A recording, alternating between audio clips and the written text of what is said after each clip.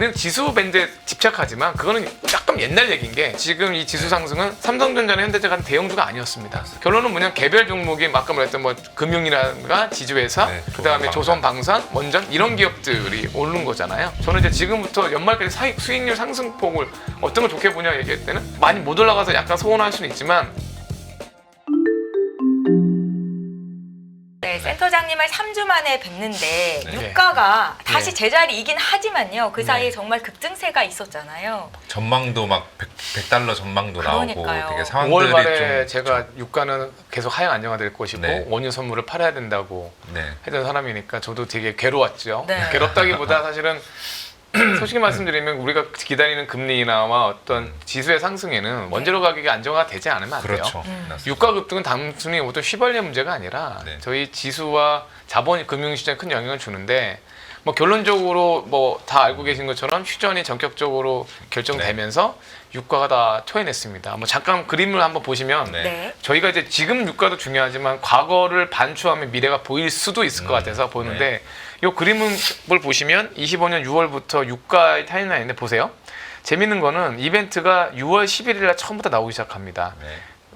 트럼프 대통령이 이라크 대사관 철수, 이란 대사관 철수 뭐 이런 걸 명령하면서 그 65불이 안 됐던 유가가 불과 뭐 3일 만에 70불대를 돌파하기 시작했고 가장 고조됐던 건 아시는 것처럼 미국이 이란 핵시설 공습했던 전날 네. 2주 내로 공격하겠다. 요 시점이 이제 75불 내외로 되면 호르무즈 해협에 대한 얘기도 있었지 않습니까? 네. 그래서 저는 사실 그때까지 되게 좀 고민스러웠었어요. 만약에 이란이 고집을 피우면 정말로 호르무즈 해협을 봉쇄할 수도 있다고 생각했는데 네. 다행히 이란이 어떻게 보면 좀 예상된 공격을 했고 그렇죠. 그러니까 재밌는 거 여기 유가 하락폭을 보시면 74불 하던 유가가 지금 65불, 66불까지 빠지면서 네. 저희가 생각했던 전쟁 프리미엄. 그러니까 어떤 그 이란과 이스라엘 전쟁으로 인해서 유가가 10불에서 15불 정도 올랐다는 부분을 바로 토해냈다고 보고 있어요. 그래서 지금이 유가가 65불 내외 WTI 기준에서 되고 있는데 당분간은 좀 이 수준에서 옆으로 길 가능성이 충분히 있고 그런 것들을 그럼 결국은 저희가 지수 상승에도 영향을 줬지만 네. 글로벌 증시에도 긍정적으로 보는 맞습니다. 부분이에요. 물론 아직 변수는 있습니다. 말씀드린 대로 뭐 지금 트럼프 대통령에 의해서 인위적으로 휴전을 했는데 휴전에 대한 의미와 휴전에 대한 기간도 좀 애매모호하고 그렇죠. 혹시 이스라엘은 여전히 미련을 두고 있을 거고요. 지금 아직도 쉽게 말하면 대충 봉합한 거예요. 급한 이란은 대로 그냥 응급 처방 이 정도 느낌이 아닌가요? 그러니까 지금 시간을 이란 편이라는 것은 결국은 뭐냐면 네. 지도자들의 재임 기간이거든요. 음, 그러니까 이란은 어떻게 보면 계속 지배를 하면서 이번 대통령만 넘어가면 또 어떤 민주당이 집권하거나 했을 때 핵을 어떻게든 개발하고 합의를 이끌고 그래서 시간을 벌고. 네. 그러니까 사실은 원래는 정확히 말하면 정말로 핵에 대한 어떤 뿌리를 뽑으려면 네. 결국 지상군이 들어가서 다 확인을 해줄 수밖에 없는 건데 그거로는 미국으로서는 너무너무 부담스러운 거니까 못했을 거예요. 근데 거꾸로 한편으로 보면 5년 뒤에 4년 뒤에 또 이 핵 협상을 해야 되고 그러면 또 그 사이에 또 핵에 늘어나야 되고 이런 부분들은 좀 부담이 있겠죠. 이스라엘은 더더욱 이참에 뿌리를 뽑아야 된다고 생각할 텐데 네. 그 호시탐탐 전투기를 내보내려고 할 텐데 하여튼 아직은 조심스럽습니다. 근데 다만 트럼프 대통령이 계속 이 부분을 좌시하지 않을 거고 왜냐하면 유가야말로 재임 기간 동안 자기가 유일한 그렇죠. 희망이거든요. 미국의 가스 가격을 안정화시키는 거. 네. 그래서 이 부분만큼은 절대 이스라엘도 용납하지 않을 거예요. 쉽게 말해 자기 이익을 위해서 분명히 얘기를 했는데 자기 판을 깨고 만약 이스라엘이 이란을 공격해서 또 난리를 일으키면 아마 그때 무기를 공급하지 않을 가능성이 있어 보이거든요. 그래서 일단 이스라엘도 당분간 이렇게 있어서 유가가 안정적일 가능성은 좀 충분히 있다라고 보고 있습니다. 그리고 아까 보여주신 차트를 보면은 네. 흥미로웠던 게 그 휴전 소식 발표 나기 전부터 유가가 급락을 하기 시작했거든요. 미사일 그쵸, 미국이 그쵸. 공격하고 나서 그러면 이미 원유 시장, 금융 시장에서는 어느 정도 이 핵시설 공격을 기점으로 불확실성이 제거 완화된다라고 미리 베팅을 한 것일까요? 상식적으로 군사 전문가들이 CNN 방송도 얘기했지만 네네. 응전할 수 있는 게 한계가 있다고 본 거죠. 이란 미국도. 쪽에서? 미국도. 그러니까 이미 아시겠지만 이스라엘 쪽으로 이란이 많은 미사일을 발사했지만 네네. 미사일 재고가 얼마 없을 것이다. 네. 그리고 그것도 아껴 써야 되는 상황이고 네. 그렇죠. 그럼 더더욱 쓸 수 있는 카드는 결국은 아마 우리가 핵을 하고 나서 반격할 수 있는 건 여러 번 얘기했지만 뭐 중동 지역에 있는 뭐 미군 설비에 대한 네. 타격입니다. 그거는 미리 다 숨어 있으면 되는 문제니까. 그렇죠. 그러니까 그런 부분이 어느 정도 시장에 반영된 거고 예측대로 됐어요. 예측대로 됐고 어떻게 보면 뭐 이런 말씀 드리면 뭐 하지만 이란이 할 수 있는 카드가 별로 없을 거예요. 경제가 워낙 피폐돼 있고 그리고 쓸 수 있는 무기나 아니면 이런 것도 제한제 있고 있기 때문에 사실은 유가는 이스라엘 오히려 저는 이스라엘이 유가의 복병이라고 보거든요. 정치적인 이스라엘. 부분이 상당히 많아졌고 아시지 않습니까? 지금 뭐 시청자분들을 위해서 좀 말씀드리면 이게 이란 문제가 아니라 원래는 이게 종교 전쟁인 거죠. 네. 지금 이 이스라엘을 둘러싸고 있는 세력들이 뭐냐면 하마스, 네. 팔레스타인의 무장들 하마스, 그다음 위에 레바논 지역에 있는 바로 이스라엘과 네. 격경에 있는 위에 헤즈볼라 이게 다 뭡니까? 시아파입니다. 그러니까 시아파와 순니파는 좀 쉽게 설명드리면 그냥 이 마호멧의 아들이 없었잖아요. 네. 네. 그러니까 마호멧의 어떤 사위를 계기로 계속 그걸 승계해야 된다는 것이 쉽게 말하면 시아파입니다. 네. 근데 순니파는 그게 아니라 술탄이라고 하는 그러니까 혈액과 관계없이 교황처럼 된 사람들이 계속 지금 마호멧 같은 자리를 이어오면 된다는 거고요. 순니파의 맹주가 당연히 사우디아라비아, 그렇죠. 이라크 쪽이고 시아파는 이제 이란인데 이란의 공격을 받아서 계속했던 게 후티 반군, 네. 그다음이 헤즈볼라, 그다음 하마스. 이게 네. 눈에 가시, 이스라엘 입장에서 눈에 가시예요. 오히려 순니파는 이스라엘한테 그렇게까지 해악을 끼치지 않았거든요. 그러다 보니까 헤즈볼라 없앴고 하마스 없애고 이제 남은 마지막은 이란이지 않습니까? 근데 이란도 핵만 없으면 종이 호랑이잖아요. 그렇죠. 그러니까 그 핵을 어떻게든 집요하게 늘고 있어서 지금 다만 이제 이스라엘도 결국은 미국 없이 전쟁을 계속 지속할 수는 없습니다. 그건 분명한 거기 때문에 그래서 이번에는 좀 물러나지 않을까 그렇게 보고 있습니다. 그리고 그 동시에 생각을 해보면 이게 종전이 아니라 휴전이고 얼마든지 양측 누군가가 수가 틀리면은 다시 이제 또 전쟁을 재개할 수 있잖아요. 네. 그 말씀하신 대로 이제 서로 간에 이제 그 이란 같은 경우는 미사일 재고도 별로 없으니까 쓸 수 있는 카드가 없다고 치더라도 이번에 터졌을 때 가장 많이 우려를 했던 게 호르무즈 해협 봉쇄. 예. 이게 저도 찾아보니까 역사적으로 호르무즈 해협을 실제로 봉쇄했던 적이 없다고 하는데 왜 시장은 여기를 그렇게 봉쇄하는 거를 두려워 많이 했을까요? 이미 방송에서 많은 걸 들으셨을 것 같은데 네네. 전 세계, 전 숫자로 좀 편하게 말씀드리면 네네. 전 세계가 쓰는 원유 소비량이 한 1억 1천만 배럴 정도 돼요. 1억 1천만 배럴. 네. 그냥 숫자로 그냥 1억 1천만 배럴 하루에? 하루에. 그러니까 어마어마하게 쓰는 거예요. 많이 쓰네요, 진짜. 전 지금도 궁금한 게 방송에서 이런 얘기 들었는지 몰라도 그게 다 어쩌면 공룡의 사체라든가 유기화합물이 네. 고온 고압에서 해서 그게 고체로 되어 있으면 석탄이고요. 액체로 되어 있으면 원유고 그다음 기체로 되어 있으면 천연가스인 겁니다. 근데 그게 이렇게 어마무시하게 했다는 게 좀 놀랐습니다. 1배럴이 158리터예요. 그럼 1억 1천만 배럴을 매일 쓴다는 거는 158억 리터를 쓰고 있다는 거거든요. 158억 리터? 네. 하루에 360. 어디에 그렇게 써요? 그러니까 뭐 에너지원이죠. 수송용도 네. 많을 거고, 그다음 에너지원도 많고, 전기 에너지나 화성 에너지. 근데 하여튼 각설하고 결국은 전 세계 원유 물동량의 한 20%가 거기서 호르무즈 해협을 관통해서 나와야 되거든요. 네. 5분의 1 정도요. 예, 잠깐 여기서 이것도 지금 제가 노트북에 띄어 있는 화면을 보시면 네. 요게 호르무즈 해협인데 네. 결론은 이게 오른쪽이 이란이지만 여기에 이라크, 왼쪽에 쿠웨이트, 오만, 여기 섬이 오만이거든요. 네. 오만. 그러니까 바레인부터 이쪽에 있는 원유 생산국들이 배를 어디로 띄울 수밖에 없을까요? 일로 어디로 띄워요. 띄워요? 물론 여기 파이프라인 쪽에서 이렇게 간다. 이건 너무 돌아가기 때문에 비용이 어마어마하잖아요. 되게 이렇게 가는데 여기가 또 좀 좁고 33km 정도 되고 수심도 100m가 안 돼요. 아, 그러니까 이제 뭐냐면 통제하기 쉽죠. 뭐냐면 이제 우리나라 땅에 박는 건 지뢰라고 하잖아요. 네. 근데 배에 좀 약간 심해도 아니고 물에 떠 있는 것도 아니까 기뢰를 약간 네. 띄워놓으면 배가 부딪히면 그냥 침몰하니까 그거 몇 개만 있어 어떤 배가 지나가겠어요? 절대 안 누워 지나가요. 있으면은 못 지나가죠. 그러니까 이런 거기 때문에 통제가 되게 간단한데 저희 아까 말한 대로 왜 그러면 호르무즈 해협을 봉쇄를 쉽게 못하냐면 이게 이해관계가 있어요. 여기가 이란산 배만 가는 게 아니잖아요. 네. 사우디아라비아나 카타르나 아니면 뭐 쿠웨이트의 원유선도 지나가야 되는데 쉽게 말하면 암묵적으로는 무슬림 형제이긴 한데 얘가 좀 강성파인 형제가 있어서 네. 너 때문에 우리가 원유를 못 팔아먹으면 너 책임질 거야? 그렇죠. 그럼 어느 순간부터 다 등 돌릴 수 있거든요. 같은 무슬림이지만 뭐 파도 심리파 시아파하고 있겠지만 그래서 그거는 이란한테는 부담스럽죠. 외톨이가 되는 거거든요. 완전히 외톨이가 되기 때문에 그건 정말로 하메니 정권이 스스로 최악의 경우를 하지 않는 경우라면 혼자 죽을 수는 없다. 약간 이런. 그래서 미국도 거기까지는 안 했잖아요. 네. 레짐 체인지라 해서 정권 교체까지는 안 하는 거죠. 그렇게 되면 또 유가 진짜 폭등할 수 있습니다. 맞지 않습니까? 쥐도 그렇죠. 마지막에는 문다고. 네. 쥐가 물죠? 그렇죠. 그러니까 그럴 수 있지 않습니까? 충분히. 그러니까 이렇게 하는 게 어떻게 보면 최상의 결과라고 보고, 그리고 이 결과가 조금 지속될 수 있는 건 여전히 이스라엘이 혼자서 모든 자주국방할 수 없었다는 점. 네. 그런 점은 그렇게 좀 안정화될 가능성이 있다라고 보고 있습니다.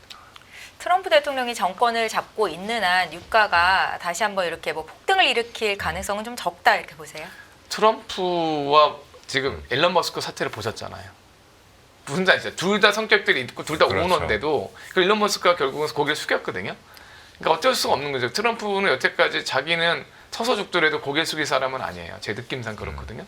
그러니까 어떻게 보면 벼랑끝 전술이 가장 유리한 건 또 트럼프니까 저는 유가를 안 잡으면 자기의 이 정책 동력이 다 상실돼요. 지지 기반이 없어진다고요. 안 그래도 지금 불법 이민자 때문에 항상 시위가 그렇게 만발하고 있고 항상 시끄러워서, 근데 마지막 카드는 결국 미국의 소비자 물가에서 보면 렌트비가 제일 많을 거고요. 네. 집값. 주거비. 네. 그 다음에 가스비. 그 다음 기타 생필품비인데 생필품비도 결국 유가에 연동할 수밖에 없거든요. 맞습니다. 네. 그러니까 가스 가격을 안 잡는 거는 말이 안 되는 소리니까 그것만큼 절대 양보할 수가 없을 거고, 그래서 저는 당분간 유가는 좀 안정된 저유가가 될 거다 이렇게 보고 있습니다. 유가만 이 정도 흐름만 나와도 뭐 연준의 뭐 금리 인하에 대한 전망들이 크게 달라지진 않을 거고. 그렇죠. 미국 CPI가 2.4에서 2.6% 정도 네. 나오고 있으니까요. 그럼 파웰도 만약에 유가가 만약에 100불 이상 한 달 가면요, 파웰이 이겨요. 네. 왜냐하면 이제 금리 인하 할 수가 없는 거거든요. 그렇죠. 근데 지금이면 자꾸 멍청이라고 얘기하고 막, 근데 그렇게 심하게 그 의장으로 얘기할 수 있는지 모르겠지만 트럼프니까 가능한 거겠죠. 그래도 좀 그래도 레임덕도 들어가고. 예의는 네. 지켜야죠. 그래도 그렇죠. 나이가 드시면 70이 넘으신 분이면 품격도 있으실 텐데. 그래서 제 말은 뭐냐면 결국은 파웰의 명분을 안 주는 것도 유가가 계속 60불대가 되면 지금 9월에 금리 인하를 파웰은 생각하고 있지만 네. 일부 오늘 언론에 나왔지만 일부 연준 의원들은 7월에 금리 인하 해야 되는 거 아니냐라고 해서 약간 반기를 들고 있는 그렇죠. 것도 있거든요. 트럼프한테 줄 서는 느낌이 들긴 들더라고요, 약간. 예, 뭐 그것까지는 네. 뭐 저도 다 이해하고요. 근데 다만 7월에 내리든 9월에 내리든 결국 유가 관건이기 때문에 지금 유가는 무조건 잡을 거다라고 보고 있습니다. 투자의 관점에서 접근하시는 분들은 지금 유가 가격대를 보고 어떻게 좀 방향을 잡으면 좋겠습니까? 변수가 여전히 남아 있어서 제가 그때 5월달에 얘기한 것처럼 좀 이따 금 얘기를 하겠지만 네. 저는 여전히 유가의 원유 ETF에 대해서는 매수를 하지 말자는 거예요. 그러니까 지금 WTI 배럴당 65불이면 전 연말에 WTI가 65불보다 60불 어제 사이, 그러니까 65불보다 넘지 않을 거라고 보고 있어요. 60불 이상은 맞겠지만 네. 65불에서 60불 사이 어딘가 있다. 이 얘기는 지금부터 6개월간 수익률은 거의 제로거나 마이너스 1%라는 얘기거든요. 상방을 먹을 만한 룸이 없다는 없다고 거죠. 좀 봐요. 오히려 내년 하반기가 유가가 좀 올라갈 수 있다고 보거든요. 경기가 네. 돌고 후 에너지망을 쓰기 때문에 오히려 내년 상반기에 유가를 원유 ETF를 사시면 내년 하반기에 승산이 있을 것 같고요. 그래서 그때는 금을 조금 줄일 수 있을 것 같아요. 왜냐하면 지금 금을 사는 이유가 불확실성이 더 커질 수 있기 네. 때문에 네. 아직은 남아 있고 그리고 실질적으로 팁스라고 실질 금리 인하 가능성이 있기 때문에 네. 금 가격은 지금보다 10에서 15% 20%까지 더 올라갈 수 있다고 봅니다. 그렇기 때문에 그 나머지까지 충분히 승산이 있는 금이 맞고요. 다만 내년 이후에는 이제 불확실성이 여러 가지로 해소될 거고 경기 선행 지수나 아니면 CPI나 이런 걸 통해서 금리가 조금 더 인하된다는 거는 유가 측면에서 좀 올라갈 수 있는 룸이 경기 후행적으로. 네, 네. 그래서 내년 하반기. 근데 그건 내년 얘기니까 또 변수가 많으니까 네. 올해 연말까지 본다면 금 ETF에 대한 추가 매수나 아니면 그런 건 좀 아닌 것 같다. 그렇게 보고 있습니다. 금이요? 아니요. 원유? 원유. 죄송합니다. 네. 실수했습니다. 원유에 대한 원유 ETF에 대한 뭐 추가 매수 이런 거는 굳이 제가 권해드리고 싶지 않다 이렇게 보고 있습니다. 그 금 가격 같은 경우도 지금은 가격에 대한 좀 부담들이 있는데 그래도 이제 15에서 15% 정도는 기대 수익률을 저희가 예상을 해볼 수 있는 건가요? 저는 여전히 있을 것 같아요. 그러니까 물론 뭐 어디가 꼭진지 이런 건 저는 그 정도의 능력은 없고 다만 근거 그래프가 몇 가지 있어서 네. 그것만 보여드리면 첫 번째는 여기 네. 금 및 이거는 좀 중요하니까 천천히 설명을 좀 드리겠습니다. 요 선 그래프 요 계단식으로 온 게 뭐냐면 중국의 금 보유량이에요.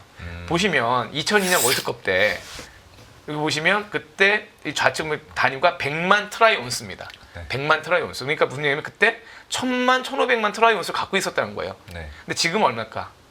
7천만 트라이 온스입니다. 7배? 이상. 그러니까 거의 20년 만에 7배 이상 늘었죠. 네. 근데 이제 결국 금은 계속 줄이지 않고 늘리고 있다. 이건 명확한 거고요. 중국이. 근데 요 그래프, 요 얇은 하늘색은 뭐냐면 네. 이거는 중국의 미국제 보유 금액입니다. 그러니까 중국은 2002년 와서 쭉 가서 한때 오른쪽 보시면 1조 4천억 달러를 갖고 있었던 거죠. 1조 4천억. 근데 지금은 얼마입니까? 8천억. 거의 진짜 많이 줄였네요, 진짜. 예, 많이. 8천억 불, 10억, 100억, 1000억, 8천억 불 정도 갖고 있죠. 근데 여기서 재밌는 건 뭐냐면 미국 요 2014년 이후로 중국이 계속 월 평균 약 한 40억 달러 정도 줄여왔어요. 저희가 계산해 보면 2014년 이후로 월 평균 40억 달러를 줄여왔는데 최근에 작년부터 해서 60억 달러를 더, 그러니까 과거에는 한 10년간 매월 한 40억 달러. 그러니까 우리나라 돈 5조 정도씩을 줄여왔는데 네. 미국채를. 네. 근데 작년부터 이상하게 60억 달러 정도를 줄였어요. 60억 달러 줄였다는 건 예전 보통 게 줄이는 것보다 더 많이 줄였잖아요. 그렇죠. 네. 그게 어디로 갔냐면 금 매입으로 간 것 같아요. 금 매입 비용이 월간 저희는 한 11억 달러, 그러니까 1조 정도씩 금을 사고 있거든요. 그러니까 중국은 매월 1조 달러씩 금을 사고 있고 미국채를 원래 줄였던 보유분에서 추가적으로 1조를 더 매도했다는 얘기는 금으로 계속 더 들어왔다는 얘기잖아요. 제 말 이해하시죠? 네. 그러니까 중국은 평균적으로 40억 달러의 채권을 매월 줄여왔는데 작년부터 이상하게 60억 달러를 줄였다. 50억 달러 이상. 네. 그러니까 1조 이상 더 줄인 건데 그게 어디로 갔냐면 금 매입으로 간 걸로 충분히 추정이 되고 그래서 지금 금이 이렇게 요 매입 시기에 이렇게 늘었던. 그래서 뭐 한 번만 그래프를 보여주면 중국은 이벤트가 있을 바에다 금을 늘려왔다는 점이에요. 예를 들어서 2002년도에 아주 옛날이지만 그때 WTO 가입한 거 아세요? 네, 중국이? 맞죠. 그죠?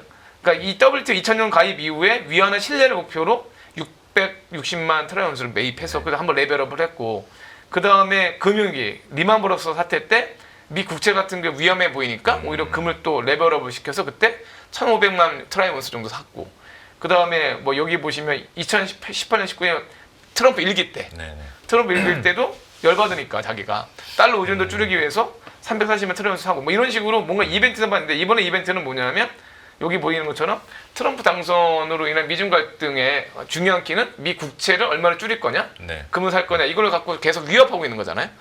트럼프 협상할 때 지금 미국의 어떤 무역 협상이 예전 같지 않거든요. 그렇죠. 그런 건 느끼실 거예요. 일기랑 다르게 중국이 상당히 거세게 나오고 그쵸. 있고. 미국의 파워가 좀 약해졌다는 느낌을 받죠. 예전에 워싱턴에서 협상했어요. 일기 때는. 근데 지금 제네바 쪽으로 갔고 제3국에 협상을 했고 이제 중국도 당당하게 맞서고 있기 때문에 사실은 미국도 저는 이번 무역 전쟁에서 쉽게 이길 것 같지는 않거든요. 그래서 지금 하여튼 결론적으로는 무역 분쟁이 아직 안 끝났다는 점. 그 얘기는 추가적으로 금을 매입해야 하는 것이 중국의 입장에서는 더 트럼프의 위협이 되는 거니까 금을 위협할 가능성이 있고 그러니까 금을 좀 더 매입할 거고 그다음 두 번째 페이지에서 보이는 건 요건 뭐냐면 요 진한색 잠깐 보여주시면 요게 이제 팁스 10년물 금리죠. 그러니까 금리와 금은 역외관계니까 금리가 빠질수록 금리가 하락할수록 금 가격이 오를 수밖에 없잖아요. 그렇지 않아요? 당연한 거 아닙니까? 이자율이 하락한다는 건 돈 가치가 떨어지는 거니까 그런 돈 대신에 인플레이션이 가능한 골드로 가는 것은 타당한 거고 경험적으로 지난 25년간 그렇게 해왔어요. 그래서 지금 이 팁스 금리가 빠진다는 건 결국 기준금리가 빠지면 시장금리, 팁스 금리가 빠질 거니까 내년까지 보면 결국은 이 금가격이 추가적으로 오르는 것이 맞는 거죠. 물론 많이 올랐으니 오르는 상승폭이 둔화될 수는 있지만 기본적으로 팁스 금리가 조금씩 인하된다면 지금 마치 우리나라의 뭐 금융주들이 올랐던 이유는 금리 인하를 뭔가 가정한 것도 있는 거거든요. 밸류업도 있지만 그런 식으로 금 가격은 지금보다 조금 더 올라갈 가능성이 있다.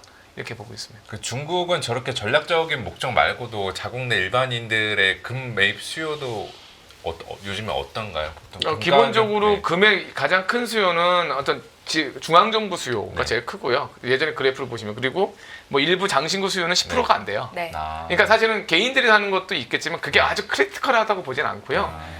1조 원씩 매월 1조 원씩 1조 달러씩 살 수 있는 거는 그 중앙정부고 그리고 여기에는 제가 말씀 안 드렸지만 중국만 이런 게 아니에요. 브릭스 국가들 모두가 금을 더 많이 매입하고 있거든요. 그러니까 브라질, 인디아 뭐 이런 신흥국들도 달러 국채보다는 금이나 뭐 이런 쪽으로 좀 더 가고 있어서 이것이 중국만의 어떤 금비중 확대는 아니다 이렇게 보고 있습니다. 그럼 최근에 막 달러 약세 전망들이 계속 강화가 되는 것도 바로 이러한 움직임에서도 좀 기인하는 거네요. 그러니까. 일정 부분은 그럴 가능성은 있죠. 근데 이제 저도 조심스러운 거는 그럼 금이 제가 예전에도 한번 2달 전에 한번 설명드렸던 그래프를 또 보여드릴 텐데 금이 그럼 과거에도 이렇게 올랐나? 갑자기 그런 생각이 드는 거예요. 금을 내가 그렇게 올랐었나? 근데 이제 예전에 저희가 이제 요 그래프는 4월 말에도 한번 보여드렸던 거 다시 한번 보여드리는 이유는 그랬다는 거예요. 많이 오른 적이 많다는 거예요. 여기 보시면 보세요. 이게 지금 이제 금 올라가는 시점을 100으로 봤을 때 이게 개월이에요. 이렇게 네네. 쭉. 자, 예를 들어서 대표적으로 가장 말했던 요 시기. 그러니까 어떻게 보면 2차 오일 쇼크 시기. 네. 요때만 보더라도 100으로 봤을 때 2차 오일 쇼크가 24개월간 3배 오른 거죠, 금이. 근데 그때는 한 돈당 뭐 2만 원, 3만 원 했겠죠. 그렇죠. 그러니까 그게 3배 올라도 뭐 7만 원, 6만 원 하니까 그게 어감이 없는 건데 분명히 이거는 지수상으로 이렇게 많이 오른 겁니다. 네.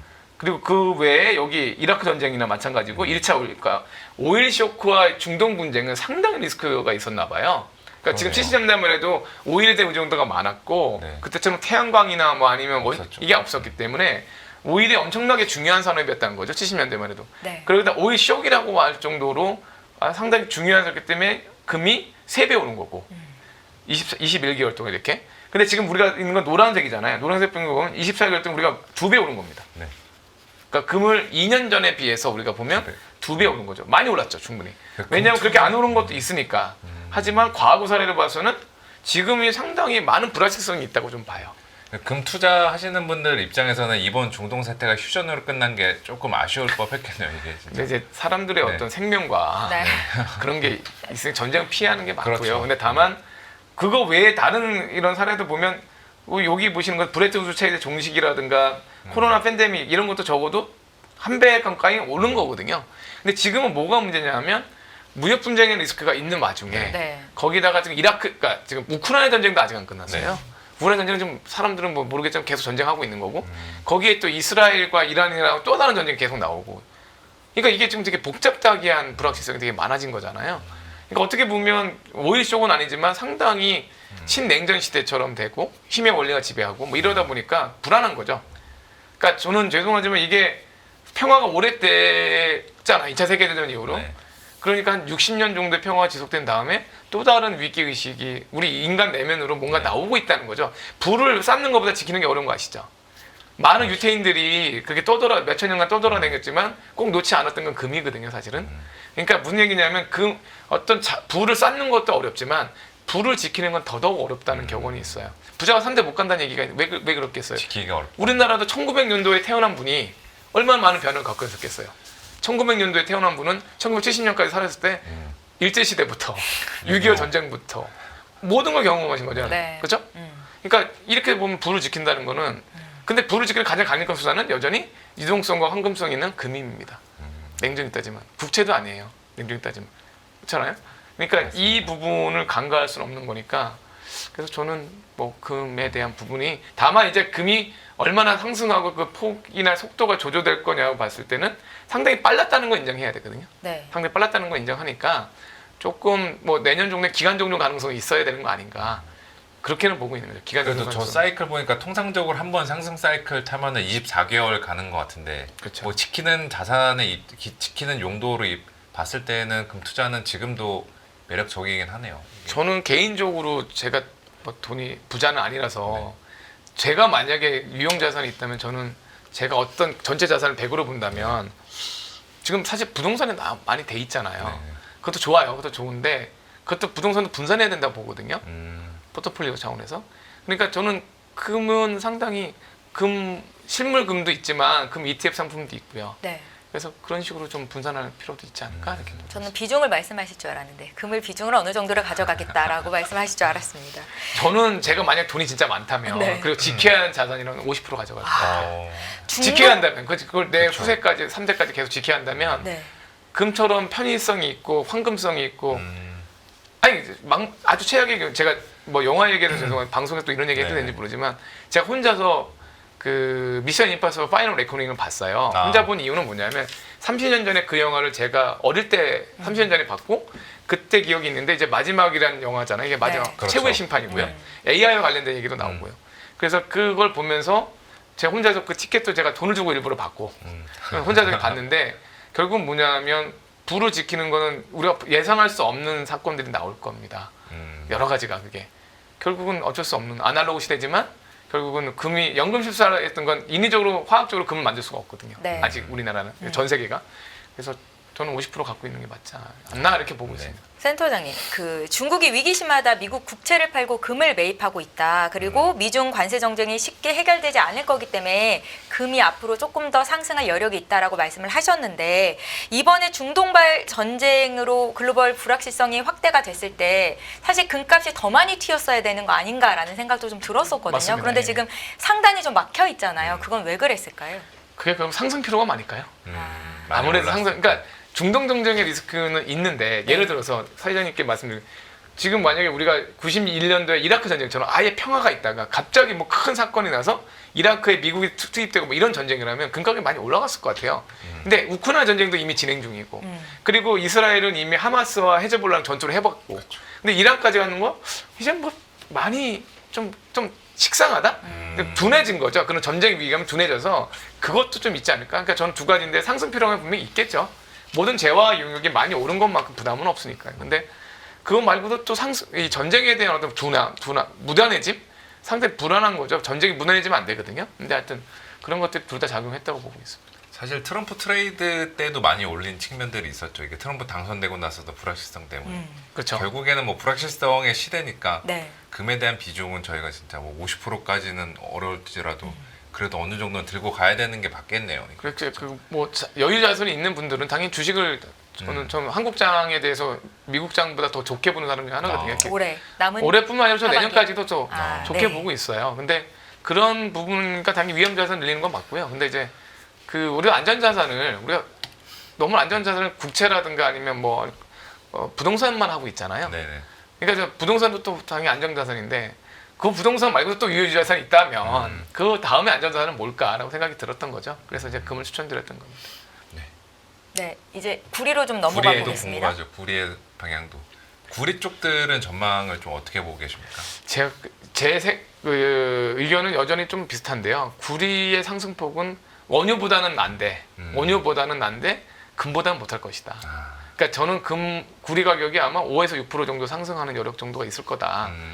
왜냐하면 결국 제가 이제 차트를 한번 여기 보여드리면 네. 결국 수요가 뭐냐는 건데 여기 위에 제목대로 구리 수요를 차지하는 국가 중에 여기 보시면 50% 이상이 중국일 거고 그리고 또 이거는 이제 국가별 수요고 그다음에 수요별로 봤을 때는 제조업이 중요하고 그다음 건설입니다. 그러니까 가만히 지극히 당연한 건 뭐냐면 결국 중국의 제조업과 중국의 건설 산업이 좋아지면 구리 가격이 오른다는 겁니다. 그렇죠? 그러니까 전 세계 지역으로 보면 중국이 절반이고 또 산업으로 보면 절반 56%, 58%가 제조업과 건설이니까 그 제조업 건설 다 많이 갖고 있는 나라가 당연히 중국이죠. 그러니까 중국의 건설과 제조업이 좋아지는데 한 가지 중국의 제조업은 좋아지는 것 같아요. 전기차라든가 태양광을 봤을 때. 근데 거기도 공급 과잉이 뭔가 있어서 중국의 태양광 기업도 적자를 보고 있고 2차 전지 기업들도 상당히 적자를 보는 말이 나오지 않습니까? 그리고 중국의 소형 전기차 업체들도 파산하고 있다. 이런 얘기가 나오니까 중국의 제조업 지수가 좀 더 올라갈지는 좀 시간이 걸릴 것 같고 또 하나 특히 건설 때문에 그래요. 중국은 부동산 경기나 부동산 건설 가격의 상승을 상당히 우려하고 있고 그러면 건설 경기는 과거 뭐 5년 전, 10년 전보다 좋을 것 같지는 않거든요. 그러니까 결국은 구리의 수요가 중국 내 제조업, 중국 내 건설을 봤을 때는 아무래도 빠르게 올라오긴 쉽지는 않을 것 같다. 그렇게는 보고 있죠. 중국의 소비재는 올라오고 있죠, 충분히. 근데 이제 이런 부분은 조금 그렇게는 보고 있습니다. 그리고 여기에는 뭐 따로 주제는 주시지 않은 내용인데 궁금한 게 화학 쪽들 이번 우리나라 불장에서 화학이 좀 아쉬운 수익률들을 많이 제공했잖아요. 지금 보면은 그래도 어지간한 업종들은 한 번씩 순환매 돌 때마다 시세를 줬었는데 유독 화학 쪽들은 그게 잘 안 나타났거든요. 결국에는 이거는 업황과 관련이 있는 건가요? 뭐 제가 결론적으로 말씀드리면 범용화학, 우리가 알고 있는 석유화학이라는 부분은 당분간은 주가가 조금 어쩔 수 없이 부진할 것 같습니다. 왜 그러냐면 구조적인 공급 과잉이 있어요. 구조적인 공급 과잉이 있고, 그러니까 숫자로 얘기 드리면 뭐 전 세계의 어떤 그 플라스틱 소비를 한 1억 5천만 톤 이렇게 보고 있습니다. 1억 5천만 톤 정도.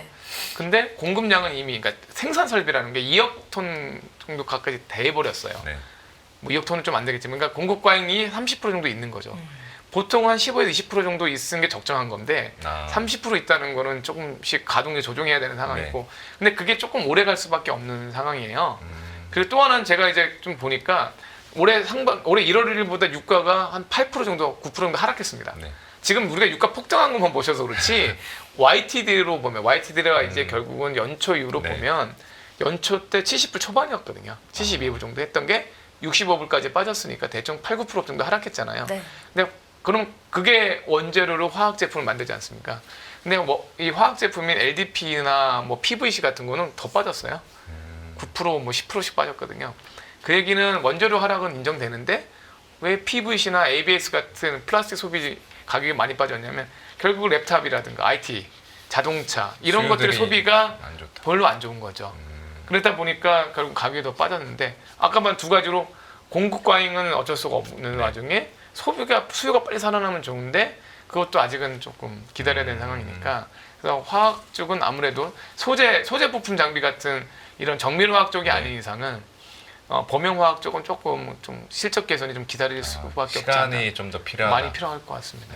더불어서 여쭤보고 싶은 거 2차 전지 섹터입니다. 예, 예. 센터장님. 이쪽은 좀 어떻게 보십니까? 2차 전지도 숫자로 말씀을 좀 드려야 될 것 같은데 네.